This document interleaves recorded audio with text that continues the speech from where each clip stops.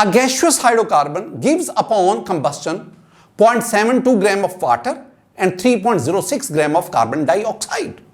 The empirical formula of the hydrocarbon is. It seems to be a difficult. ये मुश्किल है, इसको देखना पड़ेगा।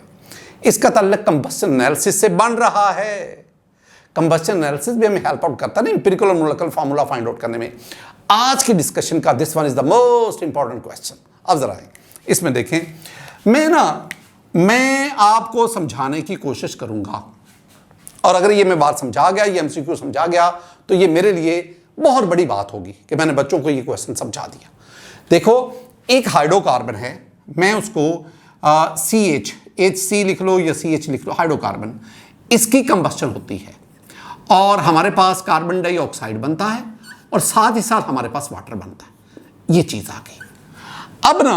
अब वो कहता है कि आपने इस हाइड्रोकार्बन का इंपिरिकल फार्मूला, साथ ही वो स्टेटमेंट में क्या दे रहा है कि वाटर जो आपके पास बन रहा है ना, वाटर ये 0.72 ग्राम है और जो आपके पास कार्बन डाइऑक्साइड है ये 3.08 ग्राम है।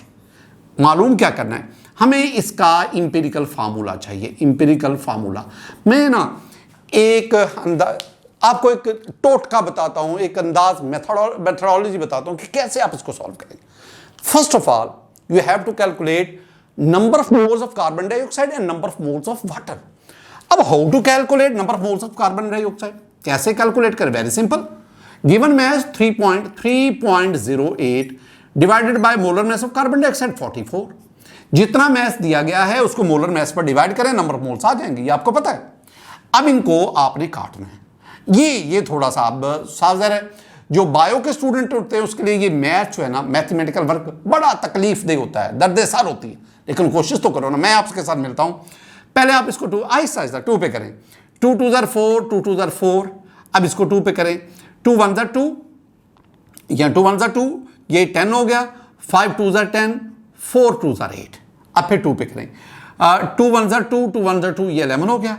और इसको करो, ये 0.15 है ना, तो 2 7 ज़र 14, फिर 2 7 ज़र 14। अब 11 को 11 1 ज़र 11 और 11, तो आपके पास ये आ गया 0.07। इतने मोल्स आ गए। ये देखो, मैंने यहीं से कोई बाहर से कोई कैलकुलेटर की जरूरत नहीं। अब दूसरी तरफ आ जाओ, we want to calculate number of moles of water. क्या करें? बिल्कुल उसी तरह, वाटर का मैस कितना है? 0.72। वाटर का मोलर मैस कितना है? 18। 18 का टेबल आपको आना चाहिए। 18 का टेबल, 18 4 ज़र 72 होता है। 18 4 ज़र टेबल तो आना चाहिए ना, ये तो अब मैंने नहीं याद करवाने। तो ये आपके पास पॉइंट को एडजस्ट करेंगे तो 0.04 मोल आ गया। अब जरा मेरी बात को सुनना है। अब आपने ना, ये आपके पास है CH। गौर से ये मैं बात समझा गया तो मेरा मकसद पूरा हो जाएगा लेक्चर देने का। ये CH है, इसमें जो कार्बन है वो हमें कार्बन डाइऑक्साइड बताएगा और इसमें जो हाइड्रोजन है वो हमें वाटर के मोल्स बताएंगे।